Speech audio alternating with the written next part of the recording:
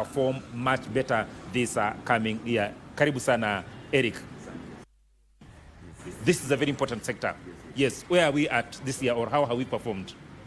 Based on the previous years, or based on the previous years, you see there's a huge still number of growth in terms of SME, based on the huge number of unemployment in the country. So most people are opting to create their self-employment, and that's making them to go to the SME bit part of it. As you have said, SME is playing a key role in the economy, and us is just now to see how can we support or empower more people in this platform. You understand that there's a lot of challenges. Most people in the SME cannot have the access to credit facilities. Maybe that the commercial banks, they don't offer. Also, or you can find that if they're offering the access to the facility, sometimes might be tedious to the SME people. So the key thing is us now coming in to support these people, empowering them also, and giving them now training in terms of financial literacy. These are the key things, because now in as much as we are funding them or lending them, we also need to ensure that we train these people on how they are using these facilities to improve their businesses. Building their capacity. Yes. But Erick, one thing that needs to be addressed, and of course this is an issue that has been discussed over the years, is the general environment, where of course our SMEs are playing. How is the environment, and why do we keep complaining all the time about the environment and the need to actually make the environment much more accommodative to the SMEs? So in terms of environment, maybe now the bit in terms of now maybe the markets. Some of the businesses they find it tedious in terms of compliance, issues with the trading licensing, depending on different areas of the country, depending on the counties. Also, sometimes you find even the markets, some of the markets, if you go in some other towns, you find the markets are small, they cannot accommodate each and every person, you understand?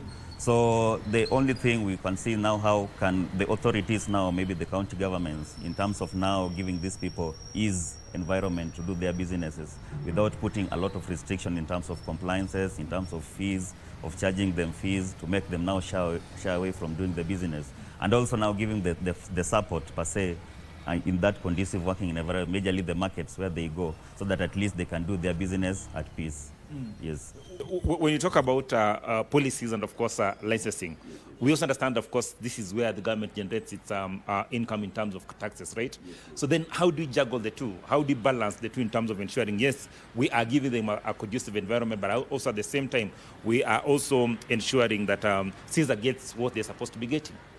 For it to be a win-win situation between the SMEs and the government, I think now in terms of maybe there's issues of maybe now sitting down with the county authorities, looking into it, making these fees not to be too tough on them, understand, making the favorable so that it becomes a win-win situation. I understand also the government want to get taxes from this, but I think it should make it at least more favorable so that at least a lot of people can be accommodated in the markets. Yes.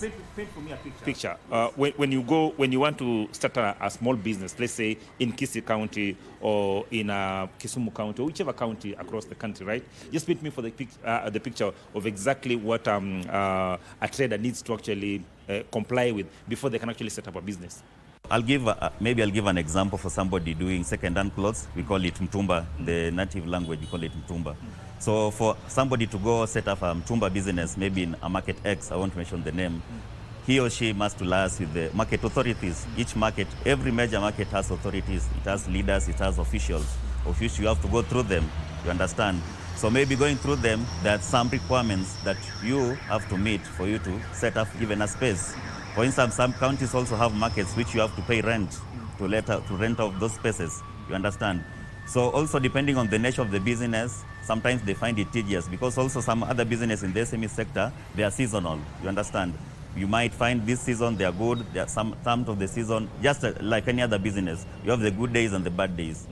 So maybe if the government makes it favorable so that these issues of accessing to the markets and maybe in terms of compliance bit part of it, they should not put a lot of licenses in terms of, we understand also it's a win-win situation, but you give this person a good environment maybe in terms of compliance so that he or she, even if he is paying some amount of fee, in terms of now when he or she is doing the business, at least after sales and also the profit at the end of the day, this person goes home with something. Yes. Adaptation to technology and of course just ensuring that